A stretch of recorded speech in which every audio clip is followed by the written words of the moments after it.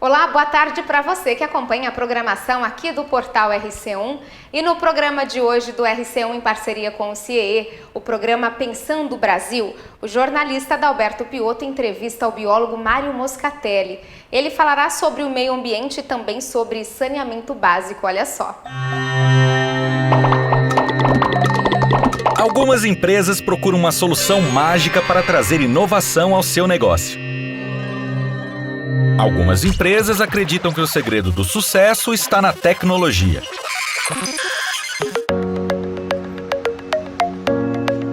Mas as empresas mais competitivas e modernas sabem que o melhor investimento são os jovens talentos.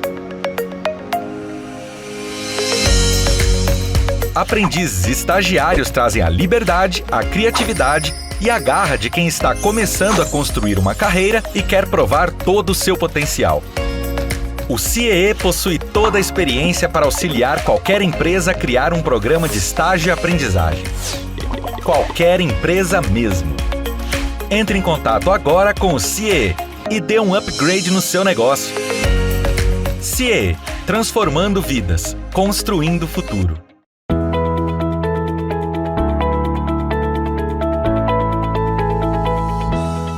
Olá, eu sou Adalberto Piotto e seja bem-vindo ao Pensando o Brasil aqui pela TV CIEE.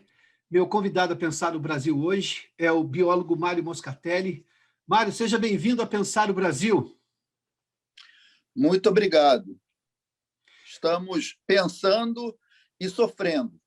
E tentando fazer, diga-se de passagem também, né, Mário? Com certeza, justamente, mais do que pensar.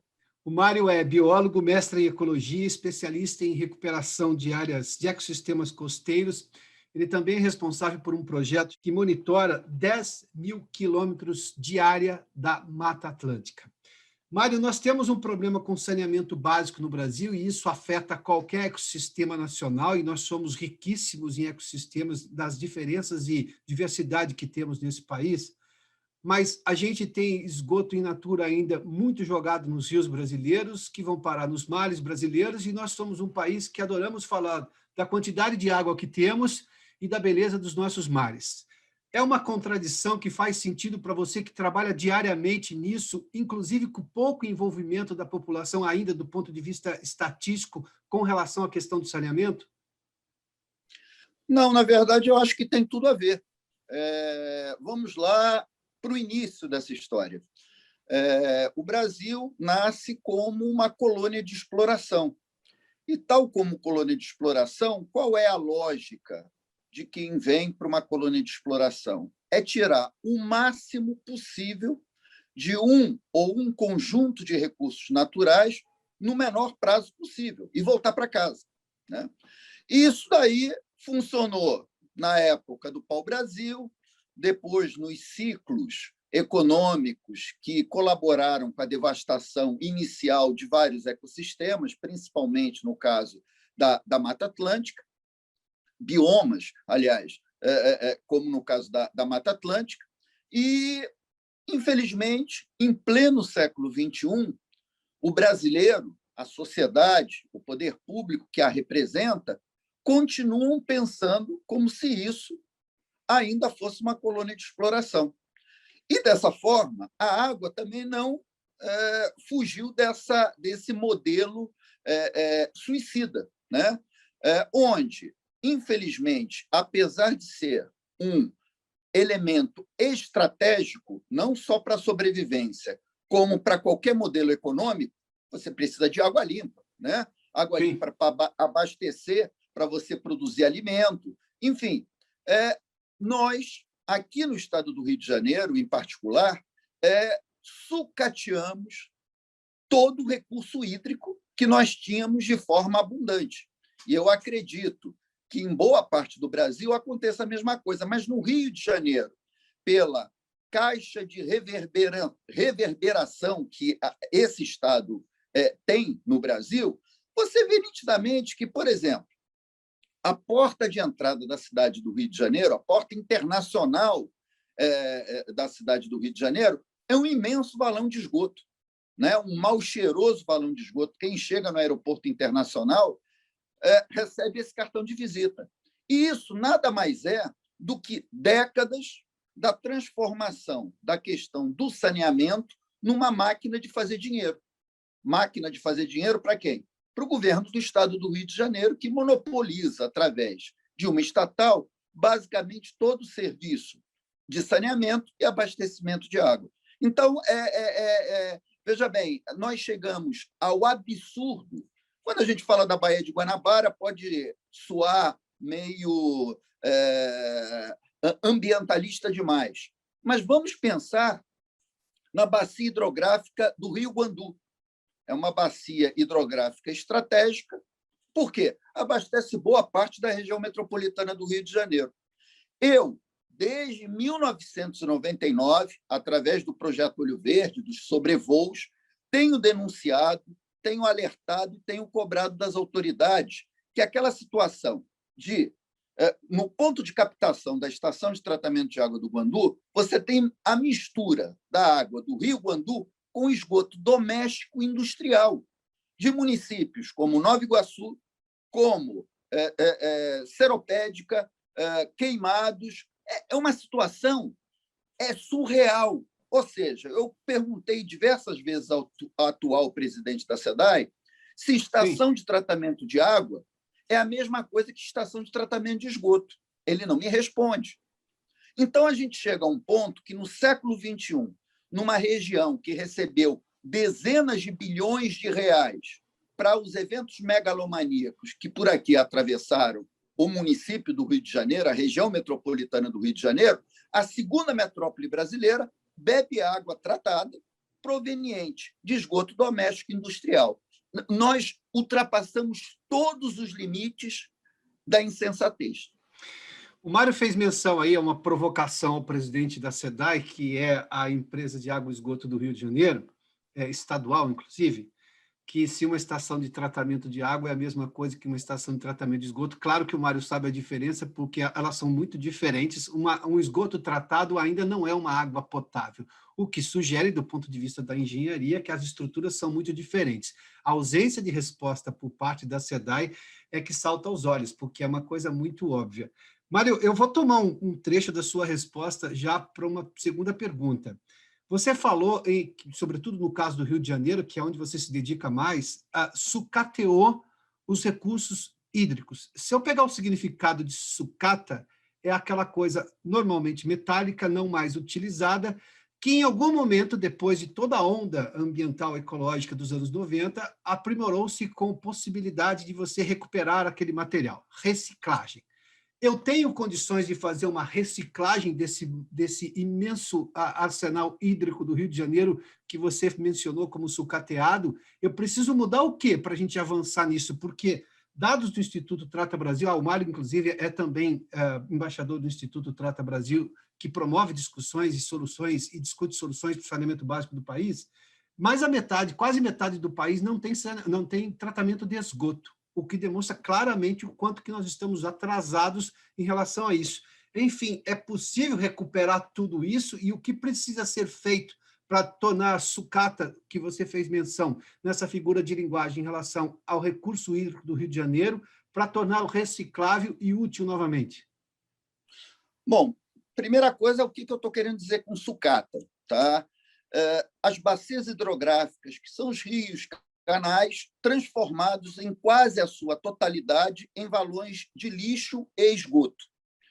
Baías, lagunas, lagoas costeiras e praias, várias delas oceânicas e a maioria das não oceânicas, localizada dentro das baías, transformadas em latrinas. Esse é o quadro da Baía de Guanabara, da Baía de Sepetiba, que é outra baía aqui do lado, que em processo de degradação. Esse é o quadro do sistema lagunar da Baixada de Jacarepaguá, onde ocorreram os eventos olímpicos. Então, é esse o presente, esse é o passivo ambiental que, décadas de descaso, nos está sendo entregue. Muito bem. Dá para reverter? Não tenho a menor dúvida. Veja bem, Piotr, que estão pensando em mandar o homem a Marte. Para mim, olha só, já uma sonda chegar lá, os cálculos, os caras conseguirem colocar um rover fazendo o que faz lá, para mim, quase que soa como uma magia, né? E os caras conseguem. Então, questão de esgoto, você veja bem que o Império Romano, lá na Cloaca Máxima, de vez em quando, eu sou filho de italiano, eu vou à Itália, né? Ia na Itália e encontrava um estabelecimento que era a SEDAI há 2000 e tantos anos lá em Roma Antiga. Ou seja, os romanos se tocaram que a questão, a questão do saneamento é um marco civilizatório, é o que nos diferencia, né, como civilização daquilo que passou e daquilo que a gente olha para frente. Só que essa novidade ela não chegou no Brasil, e especialmente no Rio de Janeiro, é uma extrema novidade. Então, olha só, eu sou nascido e criado em Copacabana, Princesinha do Mar. Desde a minha infância, eu lembro que tinha língua negra. O que é língua negra? É a mistura de água pluvial, água de chuva, com esgoto. Até hoje, eu estou com 56, vou fazer 57 anos, as línguas negras continuam lá nos mesmos locais. Os caras não querem resolver. Não é questão tecnológica. Aí vamos para a questão financeira. Você pode ter a tecnologia, mas custa caro. Custa caro, vírgula. Você veja bem, para você recuperar a bacia hidrográfica do Rio Guandu, bacia estratégica para milhões de habitantes da região metropolitana, segundo o Comitê de Bacia, precisa gastar 1,4 bilhões de reais. Puxa, tudo isso é realmente muito dinheiro. Mas se você parar para pensar que em 2014 gastaram só no Maracanã 1,6 bilhões de reais para desmontar e remontar o Maracanã, só naquela arena, você veja, Piotr, que esse país é inviável. Ele é inviável porque nós temos administradores públicos que eu não sei qual órgão eles pensam, tá? Porque com o cérebro, qualquer adolescente teria a certeza que se eu tenho um apartamento que eu não tenho banheiro, né, eu não vou dar festa para 400 pessoas. Tá? Mas nossos políticos, nossa classe política, independente de ser X, Y, Z, as prioridades dessa turma são completamente invertidas, movidas por sabe-se lá o quê. Então, o que não é questão tecnológica, não é questão financeira, até porque saneamento dá dinheiro. Não fosse isso, não haveriam todas essas estratégias para inviabilizar, de alguma forma, o leilão, ou não teria tanta gente interessada em investir, em gerenciar esse assunto. Fato é que, basicamente, a questão é de quem se beneficia sem trabalhar direito, em detrimento da degradação generalizada do recurso hídrico e com um elemento fundamental, que é a letargia, que é a passividade, que é a resiliência patológica da sociedade, que paga, não leva e fica quieto. Parece que é a indústria da ineficiência, não te parece isso?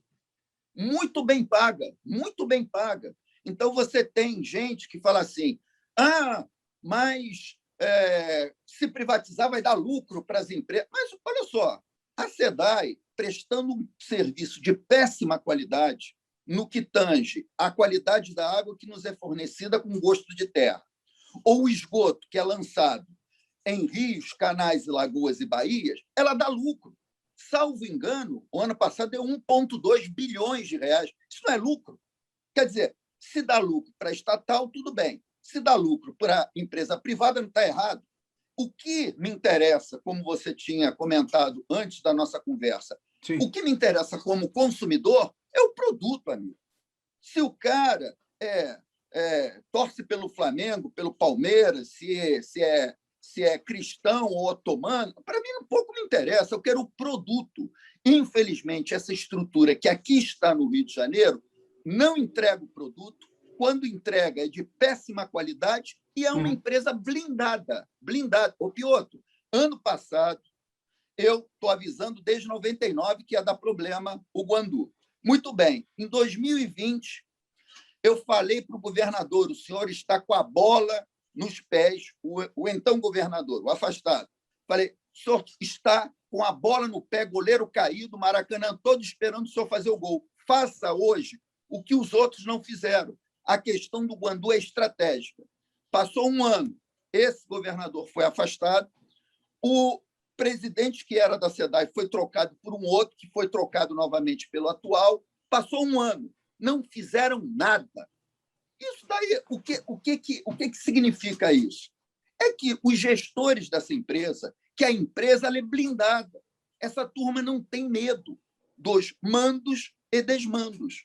Então, se cria uma nova crise hídrica em plena pandemia e a pessoa física, a gente fala muito da pessoa jurídica, mas a pessoa jurídica ela é constituída por pessoas físicas. Sim, claro. Essas pessoas que constituem, que gerenciam essa empresa, é que são um grande problema. A empresa estatal SEDAI ela é estratégica, mas ela, infelizmente, sempre foi comandada por pessoas que têm outros objetivos do que aqueles que seriam de servir água de boa qualidade e saneamento universalizado.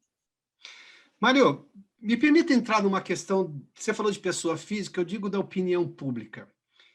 Eu vou lhe contar uma coisa que você fez menção a isso, me lembra. Uma vez o Trata Brasil fez um documentário sobre a questão do saneamento básico e eu fiz menção a um assunto que sempre me chamou a atenção. As pessoas iam no final de semana à praia e voltavam na segunda-feira dizendo assim, nossa, estava lindo, porque tinha feito sol. Mas elas tinham pulado esgoto, isso que você chamou de língua negra, né? Esse esgoto que ia desembocar na praia que ela falou que estava ótima. Ou seja, ela não percebia o óbvio que ela estava numa praia cheia de esgoto, apesar do sol, apesar de parte do mar ainda estar bom e tudo mais. Você divulga com muita frequência algumas fotos da Baía de Guanabara em que chega exatamente o rio poluído desaguando no mar e você tem toda uma área de praia ali que tem uma cor completamente diferente do mar depois, ou seja, tem uma divisão. Se a gente já viu, por exemplo, Solimões e Rio Negro se misturando, mas ali é uma questão da natureza, belíssima, aí você reproduz isso nas suas fotografias, mas é água com esgoto poluída e a água do mar. Isso tudo não era para fazer com que as pessoas se manifestassem, mesmo a imprensa, de um tempo para cá, começou a se preocupar com o saneamento básico. Até o Trata Brasil ser instituído e a gente fazer os primeiros eventos lá atrás, nem a imprensa dava atenção para uma coisa que me parece óbvia, é tão básica que é óbvia. Mas você não acha também que falta por parte da opinião pública se envolver com tamanho assunto? Porque em algum momento pressão pública funciona, não necessariamente rapidamente, mas que funciona, funciona. A gente não tem também uma culpa pública brasileira de não se envolver com este assunto? Eu não estou tirando em nenhum momento a responsabilidade dos gestores, a incapacidade, incompetência, sabe-se lá com qual interesse eles são movidos para não fazer nada pelo saneamento.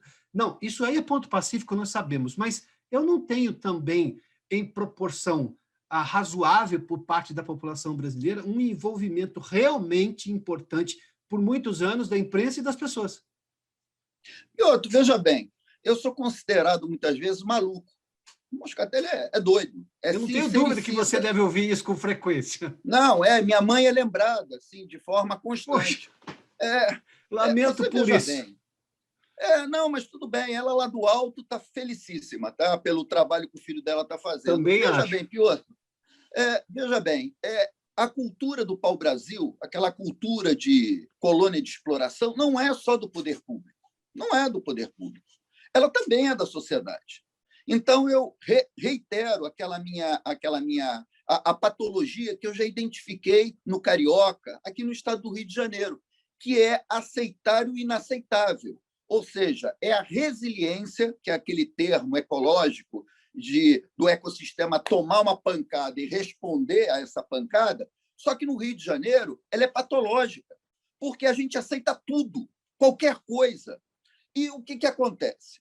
Acontece que quando a sociedade aceita qualquer coisa e sinaliza claramente aos seus candidatos, aos seus representantes, que o tema ambiental, que a praia com esgoto ou sem esgoto não está fazendo muita diferença, o político, o administrador, o gestor público que vive do voto, ele não vai investir o tempo dele para brigar com a delinquência ambiental, muito bem assessorada, muitas vezes por ótimos advogados, vão perder tempo com isso. Eles vão perder tempo com coisas que vão render votos a eles. Então, veja bem, o poder público ele é reflexo direto das demandas, do interesse que a sociedade indica. Se a sociedade está pouco se importando sobre a poluição da Baía de Guanabara, sobre o sistema lagunar, se tem esgoto ou não nas praias, o político não irá se mobilizar. Agora, além disso, nós temos uma questão grave, porque nós temos lei para tudo nesse país, né? Experimenta trazer o IPVA, o IPTU, o imposto de renda, a malha fina, e tem de tudo. Então, em termos ambientais, nós temos também calhamaços e mais calhamaços que o legislativo produz caro, porque a hora de trabalho dessa turma é cara, nós pagamos caro os salários e mordomias, para que isso seja utilizado no judiciário. Mas eu, particularmente, salvo engano, eu desconheço, pode ter acontecido, não conheço caso de delinquente ambiental VIP que tenha sido punido exemplarmente. Então, se, por um lado, a sociedade não sinaliza que o tema é importante, por outro lado, o delinquente sabe que, do lado judicial, ele não vai ter a punição proporcional à degradação que ele está gerando, pior, é o melhor dos mundos. Literalmente, o Brasil, você sabe que, segundo algumas ONGs, é o terceiro país mais perigoso para profissionais que lidam seriamente com o meio ambiente.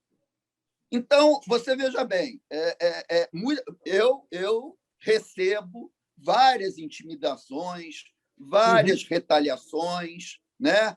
Muitas vezes até muito bem comportadas, né? Através de ações na justiça, por exemplo, calúnia e difamação, quando eu simplesmente estou retratando aquilo que eu estou vendo. E Sim. Aquilo que está acontecendo de degradação, eu não vejo ninguém sendo punido.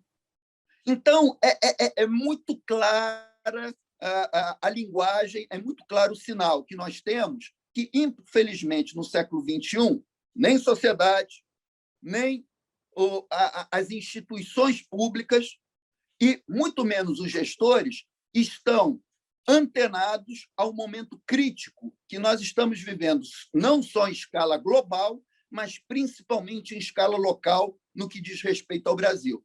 Então, a minha visão é extremamente realista. Eu não estou lidando com dados secundários, terciários. Não, eu estou gerando esses dados. Eu vejo o recurso hídrico e os ecossistemas associados, mesmo com atividades econômicas importantes, como é o turismo. Quando você falou da praia com esgoto, nós já ultrapassamos, nós temos um upgrade. Tem esgoto e cianobactérias tóxicas. Ou seja, na Praia da Barra, principalmente durante o verão, tamanho é o volume de esgoto que é lançado dentro das lagoas, que você falou do Rio Negro com Solimões. O Rio Negro, nosso Rio Negro, são os rios contaminados por esgoto, e o Solimões é a Lagoa do Camorim, contaminada por cianobactérias tóxicas. E essa porcaria toda vai para a Praia da Barra. A cada maré baixa, dependendo do padrão de vento, vários quilômetros de praias oceânicas são contaminadas, não só por esgoto, por micro-organismos tóxicos, que as autoridades deveriam, pelo menos, avisar. Nem isso fazem. Então, eu vejo, quando estou passando de helicóptero durante a maré baixa, a turma tomando banho no meio de cocô e cianobactéria. Quer dizer, e a cianobactéria ela pode te gerar dermatite, conjuntivite, otite e até, dependendo do grau de exposição, a câncer de fígado. Isso já foi identificado pela Fundação Oswaldo Cruz. Eu fui lá com o técnico, colega meu, ecólogo, fizemos a coleta. Sabe o que gerou por parte do poder público? Nada. Nada. E a população continua se banhando naquela sopa de degradação. Eu preciso fazer um depoimento aqui. A gente tem ouvido com muita frequência a expressão linha de frente. O Mário é um biólogo da linha de frente. Hoje, essa entrevista está sendo gravada numa quinta-feira à tarde. Eu tinha sugerido ao Mário que fizéssemos durante o dia de manhã, no período da manhã, Ele me disse, de manhã não dá, pior, porque eu vou estar navegando em esgoto. Ou seja, o Mário estava lá fazendo as coletas e o trabalho dele como biólogo, o que ele está dizendo é o que ele presencia ali, verdadeiramente, do ponto de vista pessoal, ali, no local, né? O que se pode chamar hoje da expressão linha de frente, é um biólogo de questões ambientais de linha de frente. Aliás, Mário, duas perguntas só. A gente não ouviu nenhum desses candidatos, por incrível que pareça, lamentavelmente, a gente já está antecipando a discussão da eleição presidencial do ano que vem. Nós vimos um evento promovido por Harvard agora, tem uma série de eventos. O assunto saneamento básico não entra no debate. É incrível, nenhuma dessas discussões entra. A gente não viu isso até agora. Aliás, vamos ser justos também, o único que falou de saneamento básico como autoridade pública, política, foi o ministro da Fazenda, ministro da Economia, Paulo Guedes, que fez menção recentemente, dizendo que o BNDES devia ser o S de saneamento, dizendo que tinha um problema de saneamento e o banco deveria financiar saneamento. Outro que tinha feito menção, e era uma outra guerra de questões ambientais, o ministro do Meio Ambiente, Ricardo Salles, lá atrás disse assim, bom, está todo, numa entrevista a mim, inclusive, no começo do governo Bolsonaro, as pessoas ficam falando de Amazônia, mas elas não estão preocupadas com saneamento básico, isso também é meio ambiente, por que elas não se preocupam com isso? Você que é mestre em ecologia, biólogo e vive essa realidade, por que se tem esse fetiche com a Amazônia, e eu não estou reclamando das preocupações com a Amazônia, e as pessoas ignoram solenemente o meio ambiente onde elas vivem, a questão ambiental de onde elas vivem? Existe um glamour, né? Existe um glamour associado com a palavra Amazônia. A Amazônia já é uma grife, praticamente, né? Quando se fala em questão ambiental. Mas, não menos importante, nós temos também o Cerrado, que está sendo arrasado, né? Nós temos ainda os fragmentos de Mata Atlântica que também continuam sendo carcomidos por crescimento urbano desordenado, pela agricultura, enfim, veja bem, o saneamento é um tabu, quando eu raramente tenho alguma concordância com o atual ministro do Meio Ambiente, né? Quando ele falou do saneamento, eu digo, realmente, ele está certo, né? Aí, quando o ministro da Economia falou sobre o saneamento envolvendo o BNDES, eu digo, ótimo, bem no início do governo, inclusive, eu fiz um encaminhamento através do Facebook, dizendo para o atual presidente, o senhor está preocupado em gerar emprego? Então, gera emprego através de saneamento. Não só através de saneamento, como por políticas habitacionais. Porque a questão da falta de saneamento também está intimamente, diretamente relacionada com o crescimento urbano desordenado da malha urbana, né? Principalmente nas metrópoles. Você pode ter um saneamento anglo-saxônico, mas se for essa bagunça, onde todo mundo constrói onde quer, sem ter a ordenação do uso do solo, sem ter a presença das prefeituras ordenando o uso do solo, você não vai chegar a lugar nenhum. Então, acho ótimo. Só que, Piotr, passou um ano sem pandemia e eu não vi absolutamente movimentação nenhuma efetiva do governo federal, nem a nível de verba, nem a nível de políticas públicas no saneamento. Então, o discurso, tanto do senhor ministro como do senhor ministro da Economia e do Meio Ambiente, ficaram no palanque. Então, se a turma quer gerar emprego, nada melhor do que obras de saneamento e construção de moradias para baixa renda. Por que isso não acontece? Dinheiro tem. Quando há vontade política, Piotr, tanto eu quanto você sabe que sai dinheiro até do vaso sanitário. Não entra, sai. Então, o que falta efetivamente, primeiro, é que a sociedade sinalize que o tema é importante e que isso vai gerar tanto perda de votos quanto o ganho de votos para aqueles políticos que assumirem essa postura. E pressionar. Mas, infelizmente, nós vivemos no Brasil a tempestade perfeita, onde o tema ambiental, onde o tema saneamento, ele está restrito a pequenos grupos de interesse, onde, infelizmente, esses pequenos grupos, nem mesmo com a situação surreal da Bacia do Guandu, da Baía de Guanabara, da Baía de Sepetiba, conseguem sensibilizar a população, a opinião pública, a pressionar os seus candidatos eleitos. Mário, ano passado, uma última pergunta aqui, e obrigado desde já pela entrevista que você está nos concedendo aqui. Ano passado eu conversei com o Lars Grael, e o Lars fez menção aqui dizendo que o Brasil é um país que lida mal com seus mares e rios, porque qualquer ocupação ao lado do mar ou do rio, você tem uma legislação dantesca que impede, embora os brasileiros adorem, por exemplo, caminhar ao lado do rio Sena, ou do Thames em Londres, ou gostem do que acontece, por exemplo, na Flórida, em que os canais todos são habitados, enfim, e aqueles canais são limpos. Na sua opinião, como é que a gente consegue resolver isso? Porque eu tenho hoje, por parte do Ministério Público e da opinião pública também, que rios e mares precisam ficar intocados em algum momento. Só que o intocável lá é destino de esgoto. Parece que se eu não tenho ocupação pública em algum grau, claro, eu não estou falando uma ocupação pública desordenada, você acabou de criticar isso agora, com o avanço de, por exemplo, de moradia sem nenhum planejamento, e isso gera um problema, aliás, é um problema duplo, a pessoa vai morar numa área que é perigosa, que pode ter uma série de problemas ambientais, e ela causa problemas ambientais para todo mundo.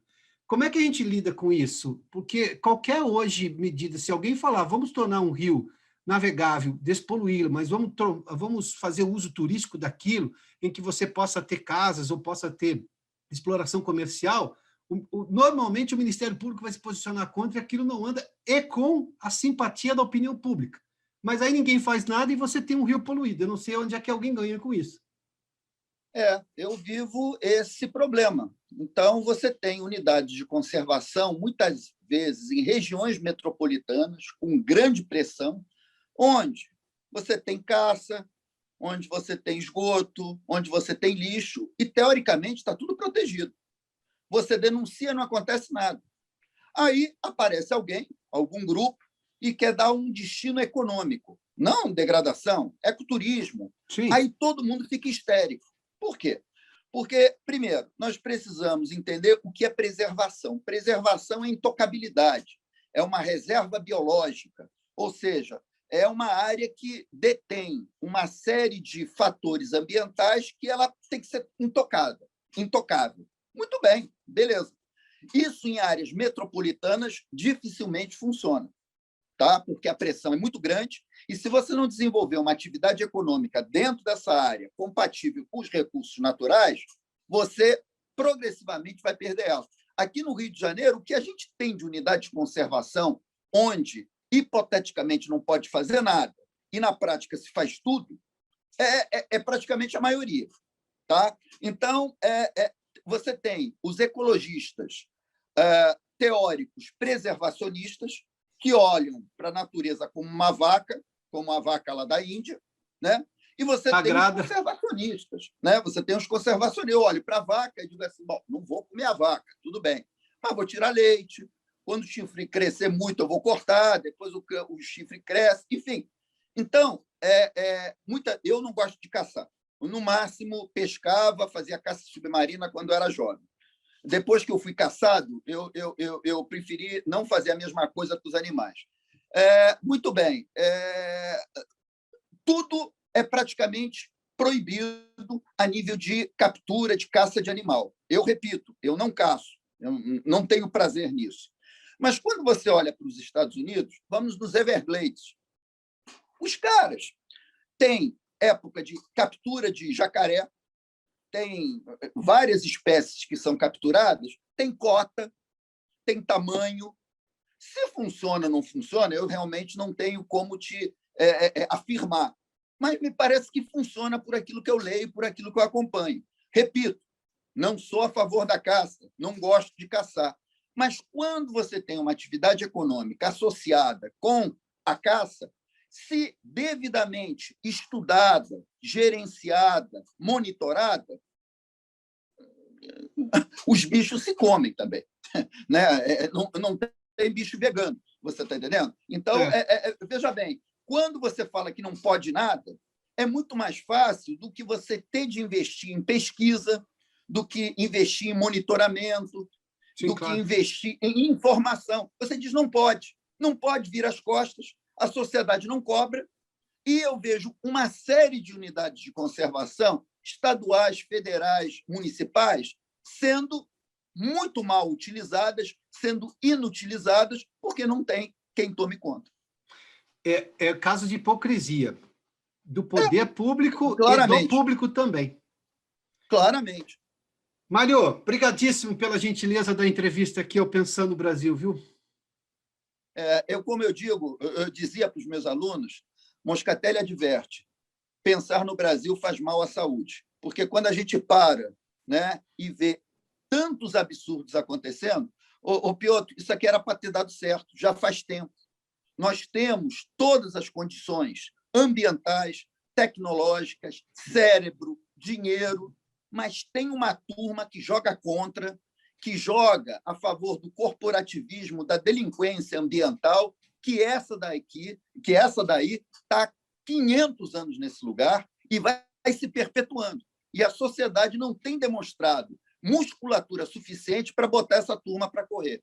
Enquanto a gente não colocar essa gente no seu limite, infelizmente, vamos continuar sofrendo, vendo a degradação avançar, esses grupos, essas castas se beneficiando em detrimento da degradação da qualidade de vida da população. Já passou da hora de dar um basta. Mário, meu apoio e minha solidariedade a você. Muito obrigado, viu? Vida longa e próspera para todos.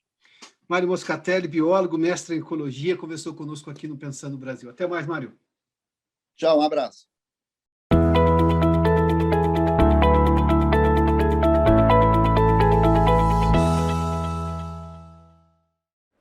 Nós agradecemos a parceria com o CIEE e o programa Pensando Brasil e não perca, na próxima semana tem mais. Até lá. Tchau!